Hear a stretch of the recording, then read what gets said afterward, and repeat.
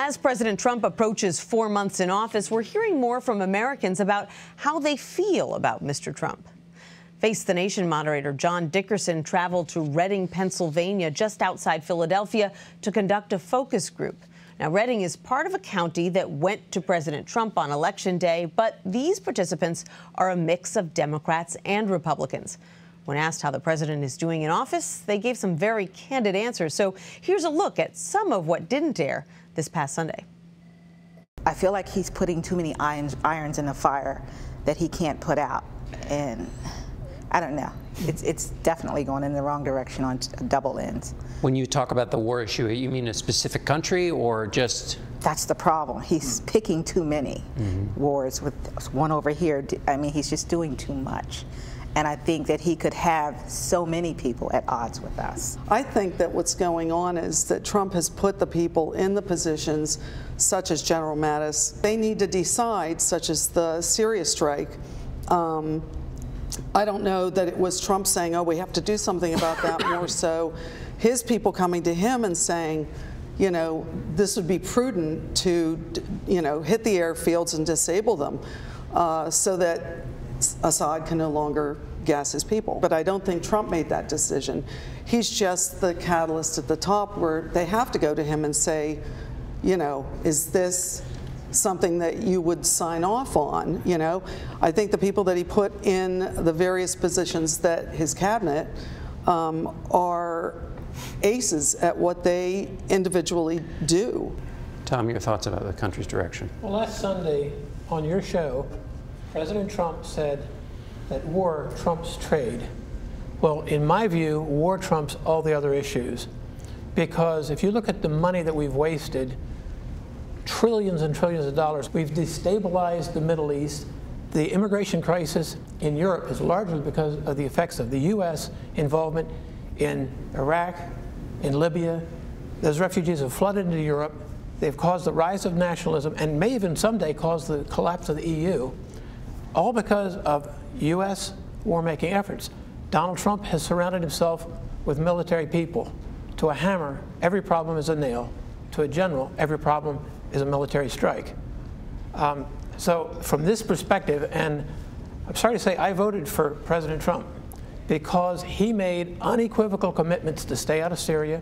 He said that Barack Obama's plans to launch an attack were unconstitutional and illegal, and he immediately does that on his own. Dale, I want to get your thoughts about the direction of the country. Well, I thought over the last couple of years we were headed in the right direction. I think a lot more people were being represented and shown more respect, particularly people, LGBTQ people and that kind of thing.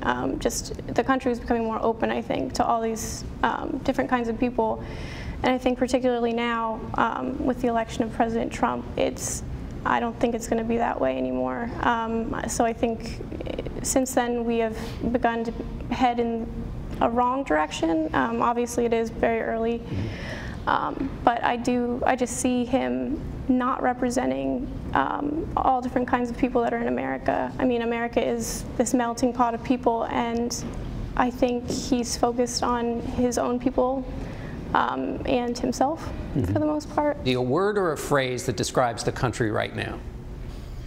Scary. Tenuous. Jerry? In deep trouble. Connie? Conflicted. Barbara?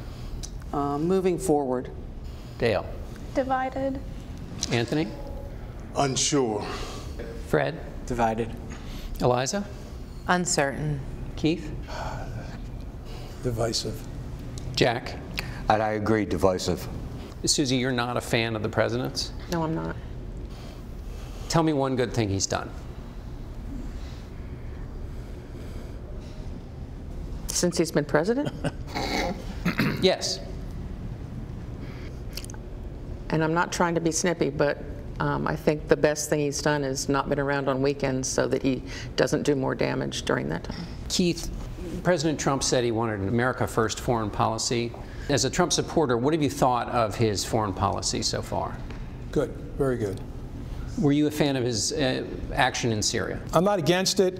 I think it sent a message. I think it was more of sending a message than it was in what it actually accomplished. I think a lot of things that Trump does are messages. The man's a lot smarter than we give him credit for, I think. And I think he has a master plan, and I hope he knows what he's doing. I hope he really knows what he's doing, because we really need a strong leader. Anthony, you voted for President Trump. What did you expect when you voted for him, and what are you thinking now? Well, me watching him on Apprentice, seeing that he was no nonsense. And him being our president now, he still has that same attitude where past presidents, problems overseas, they would take a slow approach, like sending in troops on the ground and putting them in danger, where Donald Trump is, I'm just going to blow you up. And do you think since he's been president, that's the way he operates? Yes, it is. Barbara, what do you think is the best thing the president has done? I think the best thing that he has done is provide the option for our military to seek medical treatment elsewhere when they cannot get in with the VA. I have 3 children in the military, and they're affected by that directly. Dale, what do you think the president should know that he doesn't know? I think he should know that no matter what he does, the media is going to report it.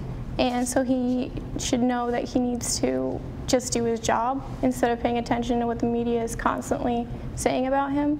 I think his focus has been on the media far too much. I think he commented in almost any interview I see. And I think he needs to realize that he's going to be reported on no matter what. So he should just do a good job, and then maybe they'll report good things about him. Fascinating conversation. For more Face the Nation, moderated by John Dickerson, tune in Sundays at 11 a.m. and 6 p.m. Eastern right here on CBSN.